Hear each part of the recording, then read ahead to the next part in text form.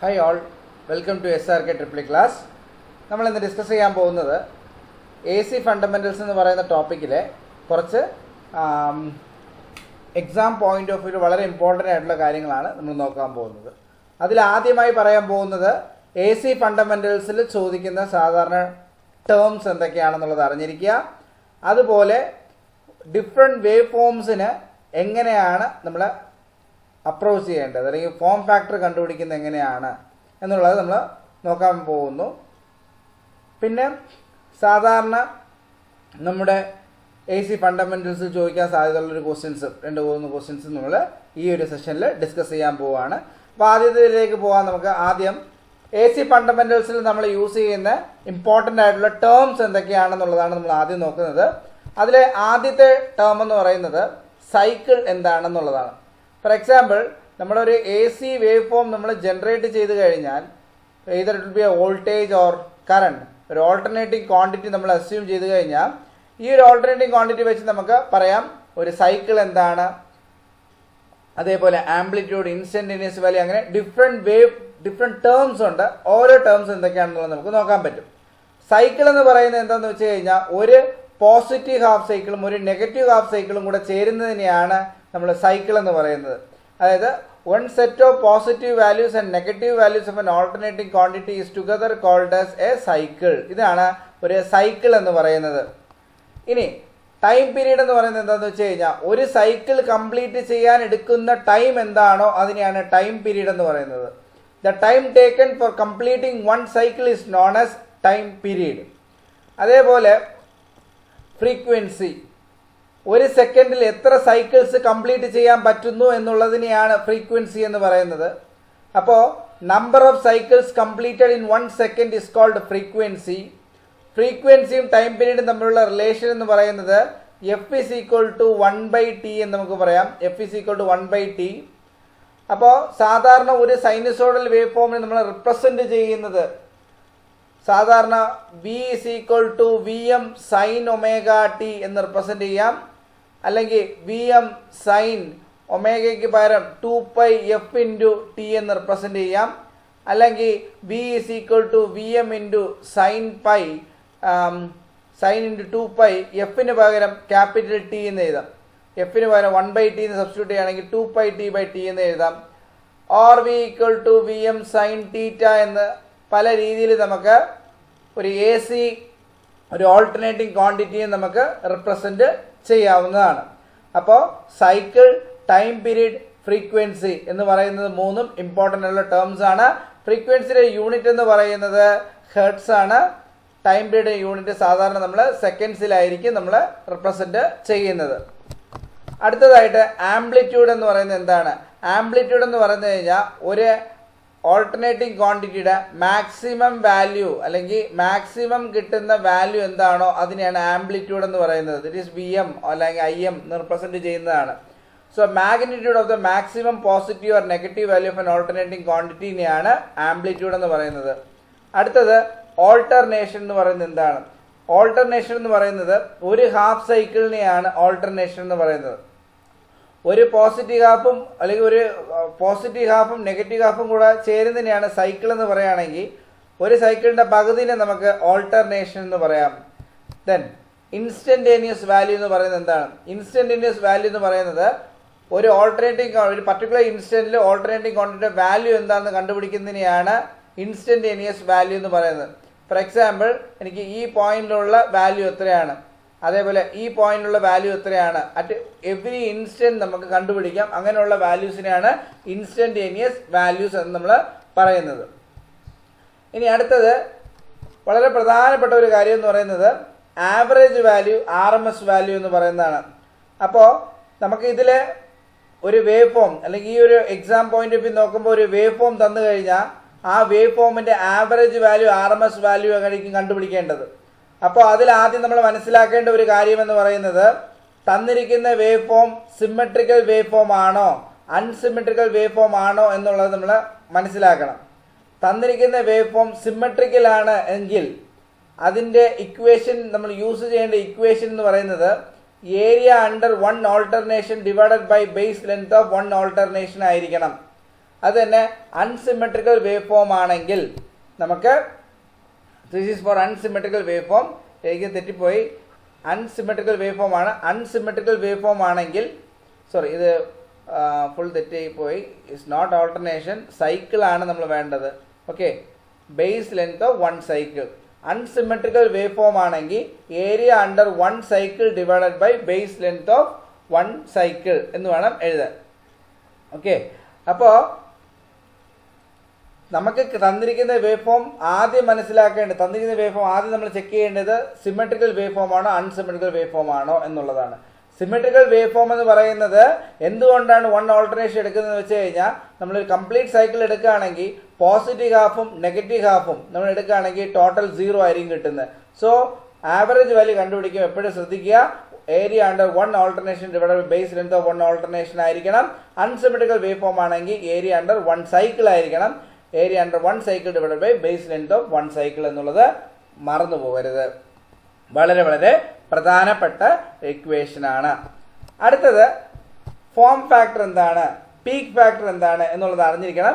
Form factor എന്ന് പറയുന്നത് RMS value by average value. Form factor is the ratio of RMS value to the average value. അതേപോലെ peak factor എന്ന് പറയുന്നത് maximum value to the RMS value. Maximum വാല്യൂയും RMS വാല്യൂയുടെ റേഷ്യോയാണ് peak factor അഥവാ amplitude factor എന്നെല്ലാം നമ്മൾ പറയുന്നത്. ഓക്കെ, നമുക്ക് ഒരു പ്രോബ്ലം ചെയ്ത് നോക്കാം. Find the form factor of the output of a half wave rectifier. അപ്പോൾ നമുക്ക് ഒരു കാര്യം മനസ്സിലാക്കേണ്ടതെന്ന് വെച്ച് കഴിഞ്ഞാൽ, എന്താണ് ഹാഫ് വേവ് റെക്ടിഫയറിന്റെ ഔട്ട്പുട്ട് എന്താണെന്നുള്ളതാണ്. സോ ഹാഫ് വേവ് റെക്ടിഫയറിന്റെ ഔട്ട്പുട്ട് എന്ന് പറയുന്നത് ഇങ്ങനെയായിരിക്കും. അപ്പോൾ ഇത് നമ്മൾ കണ്ടപ്പോഴേ മനസ്സിലായി, ദിസ് വേവ് ഫോം 0, π, 2π, 3π നമ്മൾ മാർക്ക് ചെയ്യുകയാണെങ്കിൽ ഇത് വി ആയിട്ട് എടുക്കുന്നു. So maximum value V M. അപ്പോൾ ഇതിൽ നമുക്ക് മനസ്സിലായി the given wave form is a given wave form എന്ന് പറയുന്നത് അൺസിമെട്രിക്കൽ വേവ് ഫോം ആണ്. Given wave form is unsymmetrical. So it is എന്തായിരിക്കണം, what is the average value? So V average can be written as area under 1 cycle. Okay, area under 1 cycle divided by base length of 1 cycle എന്ന് നമുക്ക് എഴുതാം. Base length of 1 cycle. അപ്പോൾ ഇവിടെ integral of cycle എന്ന് പറയുന്നത് എന്താണ്, wave form എപ്പോഴും repeat ചെയ്യുന്ന നോക്കിയാൽ 0 to 2π ആണ് ഇവിടുത്തെ സൈക്കിൾ എന്ന് പറയുന്നത്. So 0 to 2π V D omega T divided by 2π. ഇതാണ് നമ്മുടെ വി ആവറേജ് ഇക്വേഷൻ. സോ നമുക്ക് വി ആവറേജ് എത്രയത് കണ്ടുപിടിക്കാം. So V average is equal to 1/2π. 0 to 2π നമുക്ക് ഇങ്ങനെ സ്പ്ലിറ്റ് ചെയ്ത് എഴുതുകയാണ്. 0 to π V D omega T plus π to 2π V D omega T എന്ന് റിപ്രസെന്റ് ചെയ്തു. സോ അങ്ങനെ എഴുതുമ്പം 1/2π ഇന്റഗ്രൽ 0 to π വിക്ക് പകരം V M sine omega T D omega T ആണ്. ഏതാ നമ്മുടെ വി എം ആണ് എന്നിരിക്കുന്നത് sine omega T. So plus integral of π to 2π. π to 2π എന്താണ്, ഇവിടെ വോൾട്ടേജ് ഒന്നും ഇല്ല. So it will be 0. So ഇവിടെ നമുക്ക് ഇന്റഗ്രൽ ചെയ്യുമ്പോൾ എന്തോ V M by 2π integral sine omega T എന്ന് പറയുന്നത് minus cos omega T from 0 to π. So V M divided by 2π minus cos pi minus minus cos 0. അപ്പോൾ cos പൈയുടെ വാല്യൂം cos യുടെ value 1 ആണ്. So V M by 2π of 1 minus of minus 1. So 2 ആവും. So this becomes V M divided by pi. So average value എന്ന് പറയുന്നത് നമുക്ക് എന്ത് കിട്ടി, V M divided by pi എന്ന് നമുക്ക് കിട്ടി. Okay, now what is the RMS value? So VRMS is equal to root of 1 divided by 2π integral 0 to 2π v square d omega t. So root of 1 by 2π ഇത് നമുക്ക് നേരത്തെ പോലെ 0 to π v square d omega t plus π to 2π v square d omega t. അപ്പോൾ എഴുതാൻ എളുപ്പമെന്ന് പറഞ്ഞു കഴിഞ്ഞാൽ നമ്മുടെ average എന്താണോ എഴുതിയത് ആ സെയിം ഇക്വേഷനിൽ റൂട്ട് ഇടുക, വോൾട്ടേജിന് സ്ക്വയർ ചെയ്താൽ മതി. അപ്പം root of 1 divided by 2π integral 0 to π V square എന്ന് പറയുന്നത് V M square sine square omega T D omega T plus എന്താണ് ഇവിടെ 0 ആയിരിക്കും. Okay, this is 0. Now, what is the next step? Next step എന്ന് പറയുമ്പോൾ എന്താ, വി എം നമുക്ക് common എടുക്കാം. V M square by 2 pi sine square omega ടിക്ക് പകരം നമുക്ക് എങ്ങനെ എഴുതാം, 1 minus cos 2 omega T divided by 2 എന്ന് നമുക്ക് എഴുതാം. അപ്പോൾ this becomes root of V M square by 4 pi into എന്താണ് 1ൻ്റെ integral omega T cos 2 omega T എന്ന് പറയുന്നത് sine 2 omega T divided by 2 from 0 to pi എന്ന് നമുക്ക് കൊടുക്കാം. അപ്പോൾ ഇവിടെ നമുക്ക് കിട്ടും V M square by 4 pi into upper limit എന്ന് പറയുന്നത് pi minus sine 2 pi by 2 minus 0 minus of sine 2 into 0 by 2. So this will becomes, അപ്പോൾ ഇത് നമുക്ക് ക്ലിയർ ആണ്. V M square by 4 pi sine 2 pi sine 0 എന്നൊക്കെ പറയുന്നത് എന്താണ്, ആ വാല്യൂ എന്ന് പറയുന്നത് 0 ആയിരിക്കും. അപ്പോൾ നമുക്ക് എന്ത് എഴുതാം, this will be V M square by 4 pi into pi എന്ന് നമുക്ക് എഴുതാം. So pi pi cancel, we get root of Vm square by 4. So this will becomes Vm divided by 2. അപ്പോൾ ഇതാണ് നമ്മുടെ RMS വാല്യൂ എന്ന് പറയുന്നത്. So what is a form factor? Form factor എന്ന് പറയുന്നത് RMS value divided by average value ആയിരിക്കും. What is RMS value? RMS value എന്ന് പറയുന്നത് Vm by 2, മറ്റേ Vm by 5. So we can write Vm divided by 2 divided by Vm by pi. So അപ്പം നമുക്ക് pi by 2 എന്ന് കിട്ടും. That is 1.57. So 1.57 എന്ന് പറയുന്നതാണ് നമ്മുടെ ഫോം ഫാക്ടർ എന്ന് നമ്മൾ പറയുന്നത്. So I hope it is clear. Now അടുത്തൊരു ക്വസ്റ്റ്യൻ നോക്കിയേ, find the average and RMS value of the wave form.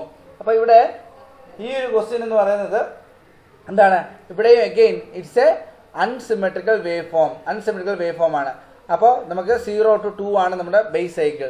അപ്പോൾ ഇവിടെ വരുമ്പം നമുക്ക് ഒരു കാര്യം മനസ്സിലാക്കണം, നോക്കിയേ, ഇവിടെ രണ്ടായിട്ട് നമുക്ക് ഡിവൈഡ് ചെയ്യാം. ഒന്ന് ഈ ലൈനാണ്, സ്ലോപ്പാണ് 1 to 2.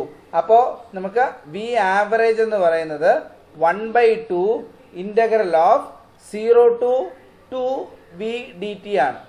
So that can be written as 1/2 integral 0 to 1 V D T plus 1 to 2 V D T നമുക്ക് എഴുതാം. സോ 0 to 1 എന്ന് പറയുന്നത് എന്തുവാ, ഈ ലൈൻ്റെ സ്ലോപ്പാണ് കണ്ടുപിടിക്കേണ്ടത്. അപ്പോൾ ഈ ലൈൻ്റെ സ്ലോപ്പ് എന്ന് പറയുന്നത് എന്താണ്, 1 ആണ് maximum value. So 1 minus 0 divided by 1 minus 0 നമുക്ക് എഴുതാം. അപ്പോൾ ഇവിടെ this will becomes 1/2 integral 0 to 1 D T, right? That is ഇതേ ഇൻറ്റു ഇവിടുത്തെ ഫംഗ്ഷൻ എന്തോ ടി ആണ്. So 1 minus 0 divide by 1 minus 0 into T. So 1t D T plus 1 to 2 എന്ന് പറയുന്നത് ഇവിടുത്തെ വോൾട്ടേജിൻ്റെ വാല്യൂ എന്ന് പറയുന്നത് എന്താ, 1 ആണ്. So this will be 1 D T. So എന്തായിരിക്കും കിട്ടുന്നത്, 1/2 ടിയുടെ ഇൻ്റഗ്രൽ എന്ന് പറയുന്നത് എന്താ, T square by 2 from 0 to 1 plus integral D T എന്ന് പറയുന്നത് ടി ആണ്. So 1 to 2.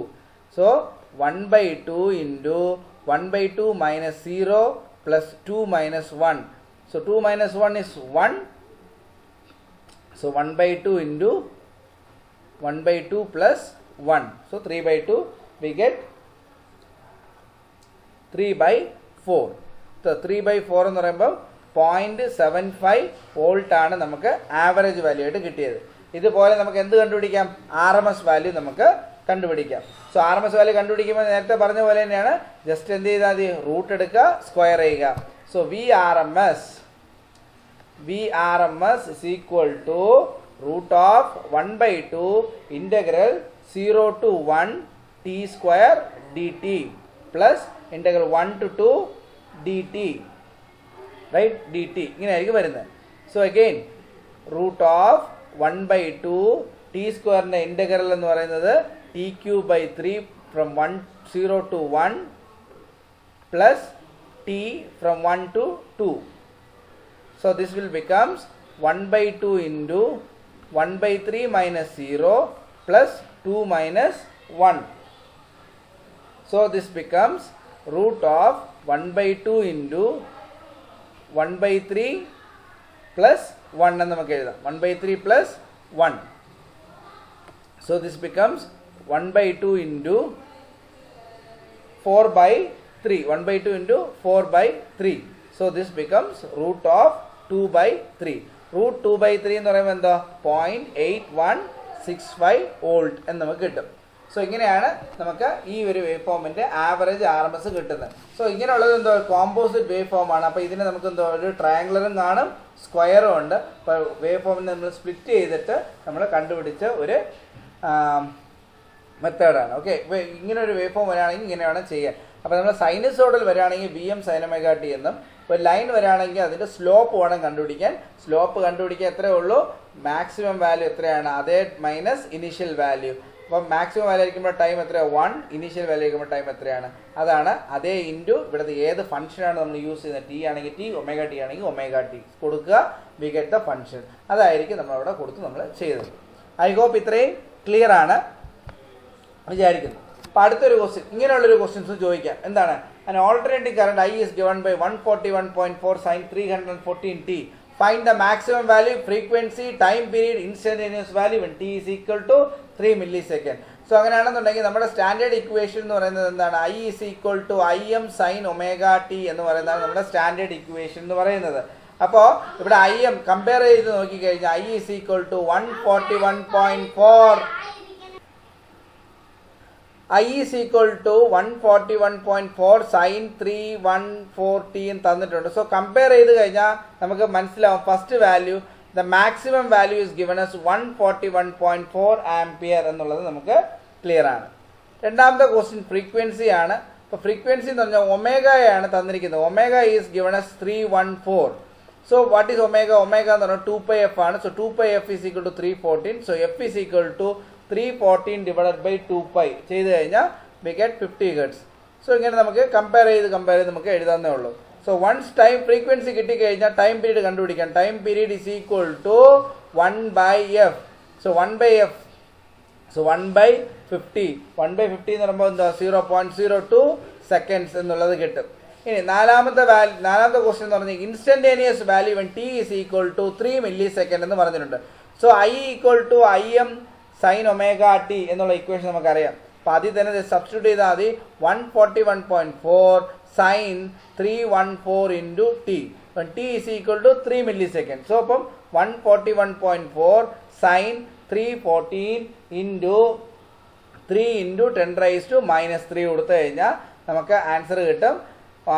നമുക്ക് എത്ര 114.35 ആംപിയർ എന്ന് നമുക്ക് കിട്ടും. ഓക്കെ, അപ്പോൾ ഇങ്ങനെയുള്ളൊരു ക്വസ്റ്റ്യൻ തന്നു കഴിഞ്ഞാൽ, ഇങ്ങനെ ഒരു ക്വസ്റ്റ്യനൊക്കെ വന്നു കഴിഞ്ഞാൽ just compare with the standard form. അപ്പോൾ അഗെയിൻ സ്റ്റാൻഡേർഡ് ഫോം എന്ന് പറയുന്നത് I is equal to Im sin θ എന്ന് പറയാം, I is equal to Im sin omega t എന്നുള്ളത് പറയാം. അതേപോലെ I is equal to Im sin 2πf into t എന്ന് നമുക്ക് പറയാം. I is equal to Im sin 2πt divided by capital T. ഇങ്ങനെ എല്ലാ രീതിയിലും നമുക്ക് റിപ്രസെന്റ് ചെയ്യാവുന്നതാണ്. ഇനി നെക്സ്റ്റ് ഒരു പ്രോബ്ലം ആണ്. An alternating current I is given by 10 sin 914t. Determine the time taken from t equal to 0 for the current to reach a value of plus 6 ampere for a first time and a second time എന്നുള്ളത് പറഞ്ഞിരിക്കുകയാണ്. അപ്പോൾ നമ്മുടെ ഒരു wave form നമ്മൾ consider ചെയ്യുകയാണെന്നുണ്ടെങ്കിൽ ഇതാണ് നമ്മുടെ ഒരു വേവ് ഫോം നമ്മൾ കൺസിഡർ ചെയ്തു. വേവ് ഫോം കൺസിഡർ ചെയ്യുമ്പം ഇതിൻ്റെ മാക്സിമം വാല്യൂ എന്ന് പറയുന്നത് കറണ്ടാണ്. ഇത് കറണ്ടാണ്. ഇവിടെ നമുക്ക് ടൈം പീരീഡ് ആണ്, ഒമേഗ ടി എന്നോ ടി എന്ന് കൊടുക്കാം. മാക്സിമം വാല്യൂ എന്ന് പറഞ്ഞാൽ 10 ആണ്. അപ്പോൾ 6 ആംപിയർ എന്ന് പറയുന്നത് ഇവിടെയാണ് 6 ampere. So this is the 6 ampere. അതുപോലെ രണ്ടാമത്തെ പ്രാവശ്യം വരുന്നതും ഇതാണ് 6 ആംപിയർ എന്ന് പറയുന്നത്. ഈ പോയിന്റാണ് 6 ആംപിയർ. അപ്പോൾ നമ്മുടെ ക്വസ്റ്റ്യൻ എന്ന് പറയുന്നത് 6 ആംപിയർ ആവുന്നത് ഏത് ടൈമിലാണ് 6 ആംപിയർ ആവുന്നത്? ഫസ്റ്റ് ടൈമിൽ ആദ്യമായിട്ട് 6 ആംപിയർ എടുക്കുന്നത് എപ്പോഴാണ്? രണ്ടാമത്തെ പ്രാവശ്യം 6 ആംപിയർ വരുന്നത് എത്ര സമയത്താണ്? ഇതാണ് നമ്മുടെ ചോദ്യം. അപ്പോൾ നമുക്ക് ഡയറക്റ്റ് ആയിട്ട് കറണ്ട് തന്നിട്ടുണ്ട്. I is equal to 10 sin 942t എന്ന് തന്നിട്ടുണ്ട് അല്ലേ. അപ്പം അതിൽ ഇത് വെച്ചിട്ട് നമുക്ക് എന്ത് ചെയ്യാം, കമ്പയർ ചെയ്യാം. സോ 6 ആംപിയർ ആണ്. So 6 is equal to 10 sin 942t എന്ന് നമുക്ക് എഴുതാം. സോ ഇതിൽ നിന്ന് sin 942t എന്ന് പറയുന്നത് 6/10 എന്ന് എഴുതാം. ദെൻ 942t എന്ന് പറയുന്നത് എന്താണ്?